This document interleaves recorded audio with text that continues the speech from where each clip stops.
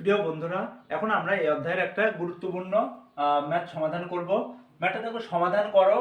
একটা আমাদের কি রাশি দেয়া আছে, যদি সমাধান করো দেয়া থাকে, যদি রাশি দেয়া থাকে, এখানে কি যেটা আননোন মান আমরা কি সেটার মানটা বের করব সব সময়। তাহলে কি এখানে আননোন কি মান আছে থিটা। থিটা দেখো একটা শর্ত দেয়া আছে, থিটার মানটা কি হতে হবে, এটা 0 হবে। থিটার মানটা 0 ডিগ্রি থেকে বড় অথবা 0 সমান। দেখো তোমার এখানে লেস দেন ইকুয়াল চিহ্ন আছে, তাহলে 0 ডিগ্রি থেকে বড় অথবা 0 সমান, 360 ডিগ্রি থেকে ছোট অথবা 360 ডিগ্রি সমান। এক কথায় 0 ডিগ্রি অথবা 360 ডিগ্রিও কি নেওয়া যাবে।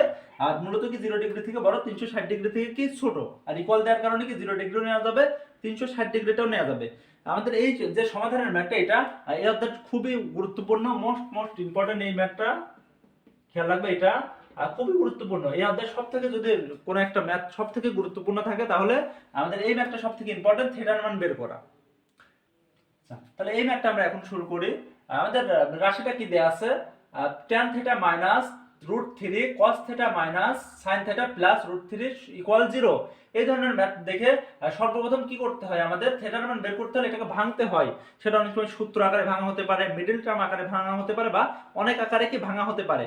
এই ভাঙাটা আমরা অনেক সময় প্রবলেমে পড়ে যে আমরা কোন ভাবে ভাঙবো। তাহলে প্রথমে দেখবা, যদি কখনো sin cos থাকে, আমরা কি sin cos এর সূত্র জানি যে sin স্কয়ার থিটা সমান 1 মাইনাস cos স্কয়ার থিটা, তাহলে কি ওখান থেকে sin থেকে cos এ নিয়ে যেতে পারবো। বা যদি cot আর sec ম্যাথে থাকে, সেক্ষেত্রে কি করতে পারবো, cot আর sec এরও আমাদের সূত্র আছে, সেটা ইউজ করব। যদি sec আর tan ম্যাথে থাকে, সেক্ষেত্রে কি করব, sec tan কে রূপান্তর করতে পারবো। কিন্তু দেখো এই ম্যাথটা একটু আলাদা, tan আছে, cos আছে, sin আছে, এটাকে তুমি কিভাবে রূপান্তর করবা। এটা এই ম্যাথগুলো অনেক ভাবে করা যায়। তুমি যদি tan কে sin বা cos করে, সেক্ষেত্রে হয়তো হিউজ একটা ক্যালকুলেশন হয়ে যাবে। তোমরা খেয়াল রাখবে, কখনো যদি tan থাকে এবং sin cos থাকে, অথবা cot থাকে এবং sin cos থাকে, কি কি বলছি, tan থাকে, sin cos থাকে, অথবা কি থাকে, cot থাকে এবং sin cos থাকে, সেক্ষেত্রে তোমাদের এখানে sin থাকে, tan থাকলে শর্টকাট একটা তোমাদের বুদ্ধিটা শেখাই দিই। তোমরা এখানে tan এর সূত্রটা লিখবা। tan থিটা সমান আমরা কি জানি, sin থিটা ভাগ cos থিটা। এটা আর যদি গুণ করো, তাহলে sin থিটার একটা মান পাবা। sin থিটা সমান আমরা কি জানি, tan থিটা cos থিটা।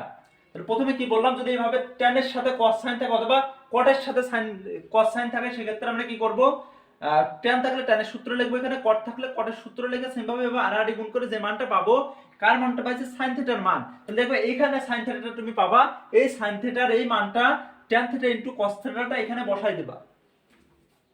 দেখো tan theta minus √3 cos theta minus sin থিটার জায়গায় কি বসাই দিবা, tan theta into cos theta, tan theta cos theta plus √3 equal 0। এবার দেখো ম্যাথটা আমাদের অনেকটা আত্মীয় হয়ে চলে আসছে। তাহলে কি ম্যাথটা দেখো, এখন tan, এখানেও tan আছে, তাহলে এইগুলো tan গুলোকে যদি আমি একদিকে করি, cos গুলোকে cos অথবা এই √3 গুলোকে যদি আমরা একদিকে করি, সেক্ষেত্রে কি আমরা একটা কমন নিতে পারবো। দেখো এখানে tan theta minus tan theta cos theta, এইগুলোকে যদি একদিকে করি, minus √3 cos theta plus √3 equal 0। তখন দেখো এই দুইটার মাঝে আমরা কি কি কমন নিতে পারি। কমন মানে একই জিনিস থাকলে কমন না, আর কমন মূলত ভাগ করা। দেখো একই জিনিস কি, tan থিটা আছে, তাহলে আমি এই দুইটার মাঝ থেকে tan থিটাটা যদি কমন নিই, এখানে কি থাকবে, 1 থাকবে জাস্ট, কারণ tan থিটা কমন নিয়েছে, tan থিটাই ছিল, যদি tan কে tan দ্বারা ভাগ করে দিই 1 এ থাকে। এখানে যদি tan থিটা কমন নিই, তাহলে tan থিটাটা কি কেটে যাবে, শুধু কি থাকবে, মাইনাস cos থিটা। সেম ভাবে দেখো এখানে আমাদের এমন একটা জিনিস কমন নিতে হবে, যাতে এই অংশ এবং এই পাশের কমন অংশটা সমান হয়। তাহলে কি করতে দেখতে হবে, আমাদের এই যে কমন অংশ নিছে, এই পাশের কমন অংশটা যাতে কি হয়, সমান হয়। তো তাহলে দেখো, তো এখানে যদি আমরা প্লাস √3টা কমন নিই, দেখো √3 কমন নিয়ে নিছি, তাহলে প্রথমে √3 যদি √3 কমন নিয়ে নিই, তাহলে কি থাকে, অবশ্যই 1 থাকে। এখানে যদি √3 কমন নিই, কি থাকে, মাইনাস cos থিটা থাকে। আমরা এটাকে কেন আগে নিলাম, আমাদের এই যে প্রমাণ, আমাদের এই যে কমন আছে, কমনের সাথে যাতে কমনটা মেলাতে পারে, এই জন্য আমরা কি করলাম, √3 কে আগে কমন নিয়ে 1 করলাম, পরে কি এটা কমন নিলাম, ইকুয়াল 0। এখানে কি করতে হবে, কমন দুইটাকে কমন নিতে পারবে, কমন দুইটাকে এক জায়গায় লিখতে পারো, 1 মাইনাস cos থিটা। আনকমন কি কি আছে, tan থিটা আছে, এখানে আনকমন কি আছে, প্লাস √3 আছে, ইকুয়াল 0। এই সমাধান করার প্রত্যেকটা ম্যাথে আমাদেরকে এভাবে গুণিতক আকারে আগে প্রকাশ করতে হবে। সেটা এভাবেও প্রকাশ হতে পারে, বা ফার্স্টে যেভাবে বললাম সূত্রের রূপান্তর ভাবে হতে পারে, অথবা কি যে কোনো বীজগণিতিক সূত্রের মাধ্যমেও হতে পারে। যখন আমরা এভাবে গাণিতিক রূপে প্রকাশ করতে পারবো তখন আমাদের থিটার মানটা বের করতে হবে। তাহলে প্রথমটা আমরা নির্ণয় করি, আইদার 1 মাইনাস cos থিটা। প্রিয় স্টুডেন্ট, তাহলে আমরা যখন এই গুণিতক আকারে কোনো রাশি পাবো সেক্ষেত্রে আমরা কি করতে পারি, প্রথম অংশ ইকুয়াল 0 করতে পারি, দ্বিতীয় অংশ ইকুয়াল কি 0 লিখতে পারি। তাহলে আমরা প্রথম অংশ ইকুয়াল 0 লিখছি, 1 মাইনাস cos থিটা সমান 0। এখান থেকে আমরা কিসের মান বের করব, থিটার মানটা বের করব। তো দেখো cos থিটা সমান 1 cos কত ডিগ্রির মান, 1টা cos কত ডিগ্রির মান হবে, cos 0 ডিগ্রির মান। তো 1 এর জায়গায় আমি লিখতে পারি cos 0 ডিগ্রি। তাহলে এখানে থিটার মানটা কি পাইলাম, 0 ডিগ্রি। এখন দেখো আমাদের শর্ত ছিল যে থিটার মানটা কি 0 থেকে 360 ডিগ্রি পর্যন্ত হতে পারবে। কখনো যদি থিটার মানের শর্ত 0 থেকে 360 হয়, তার মানে প্রত্যেকটা থিটার দুইটা করে মান পাওয়া যাবে। প্রত্যেকটা অংশের জন্য কয়টা মান পাওয়া যাবে, দুইটা অংশ। এটার জন্য দুইটা পাওয়া যাবে, এই অংশের জন্য কয়টা মান পাওয়া যাবে, দুইটা। তাহলে দেখো আমাদের কোন অনুপাতটা ব্যবহার করছি, কজ অনুপাত। কজ অনুপাতের কজের ঘর কয়টা থাকে, দেখো কজের ঘর দুইটা থাকে। কারণ কি, দেখো আমরা যদি এই চতুর্ভাগে এই যে আমাদের কোয়াড্রেন্ট আঁকাইছি, এখানে যে ফার্স্ট কোয়াড্রেন্টে কি অল পজিটিভ, তার মানে কি এখানে সমস্ত অনুপাতটাই পজিটিভ হবে। সেক্ষেত্রে এখানে তো কজ পজিটিভ হবেই। কজ আর কোন ঘরে পজিটিভ আছে, যদি এই ঘরে কজ পজিটিভ এবং এই ঘরে কজটা কি হয়, পজিটিভ। এখানে দেখো আমাদের পজিটিভ মান 1 কি পজিটিভ মান। তাহলে যখন পজিটিভ মান পাবো তখন আমরা পজিটিভ দুই ঘরের মান নির্ণয় করব। আমি আবার রিপিট করি, যখন এখানে আমি পজিটিভ কোনো মান পাবো তখন আমরা কি করব, যে অনুপাতটা থাকবে এই অনুপাতের পজিটিভ দুই ঘরের মান বের করব। যখন নেগেটিভটা পাবো তখন আমরা কি করব, ওই অনুপাতের নেগেটিভ দুই ঘরের মানটা বের করব। দেখো আমি এখানে কজের মানটা 1 পাইছি পজিটিভ, পজিটিভ থেকে আমি থিটার মানটা পেয়ে গেছি। কজের পজিটিভ দুই ঘরের মান বের করে দিলে হয়ে যাবে। কজের প্রথম পজিটিভ ঘর কি, প্রথম চতুর্ভাগ। তাহলে প্রথম চতুর্ভাগে দেখো 0 ডিগ্রি অলরেডি পেয়ে গেছে। এবার কি কজের পজিটিভ আর কোন ঘর আছে, শুধু চতুর্থ আছে। দেখো কজ আছে একটা পজিটিভ, আর অন্য সব ঘরে কি এই দুইটা ঘরে কিন্তু কজ নেগেটিভ।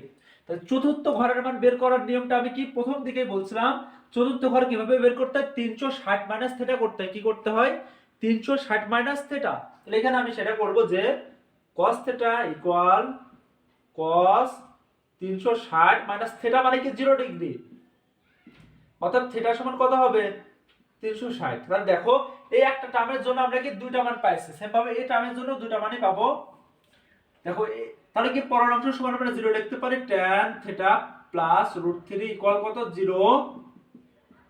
তো tan থিটা সমান কত হবে, মাইনাস √3। এবার মাইনাসটা আমি রেখে দিলাম, √3 tan কত ডিগ্রির মান, √3 tan 60 ডিগ্রির মান। তাহলে এখানে আমি লিখতে পারি tan 60 ডিগ্রি।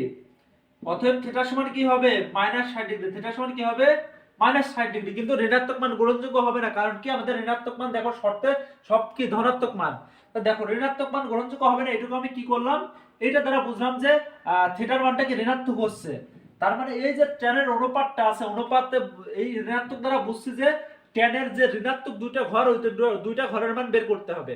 tan এর ঋণাত্মক দুইটা ঘর কোন দুইটা, tan এর আমরা জানি tan এর এইটা কি সবই পজিটিভ থাকে এবং tan এর জন্য এটা পজিটিভ। তার মানে কি tan এটা তো পজিটিভ, tan এটা তো পজিটিভ। তো tan এর ঋণাত্মক কোন দুইটা ঘর হবে, দ্বিতীয় কোয়াড্রেন্ট এবং চতুর্থ কোয়াড্রেন্ট। কোনটা হবে, দ্বিতীয় কোয়াড্রেন্ট হবে এবং কি হবে, চতুর্থ কোয়াড্রেন্ট কি হবে, tan এর ঋণাত্মক। কারণ দেখো এখানে tan এর মান আমি ঋণাত্মক পাইছি, tan এর মান যখন ঋণাত্মক পাবো তখন কি করব, tan এর ঋণাত্মক দুই ঘর নেব। যদি tan এর মান এখন পজিটিভ পাইতাম, tan এর এই পজিটিভ দুইটা ঘর বের করতাম। যেমন এখানে cos এর মান পজিটিভ পাইছে, সো cos এর পজিটিভ দুই ঘর বের করছে। যদি cos এর মান নেগেটিভ পাইতাম, cos এর নেগেটিভ দুই ঘর বের করতাম। আর ঘর বের করাটা আমি প্রথমেই বলছি, প্রথম ঘর কি যেটা সূক্ষ্মকোণ থাকবে সেটাই। দ্বিতীয় ঘর বের করার নিয়ম কি, 180 মাইনাস থিটা করতে হবে। তৃতীয় ঘর কি করতে হবে, 180 প্লাস থিটা, সেটা যে কোনো অনুপাতের ক্ষেত্রে হোক না কেন। চতুর্থ ঘর কি করতে হবে, 360 মাইনাস থিটা।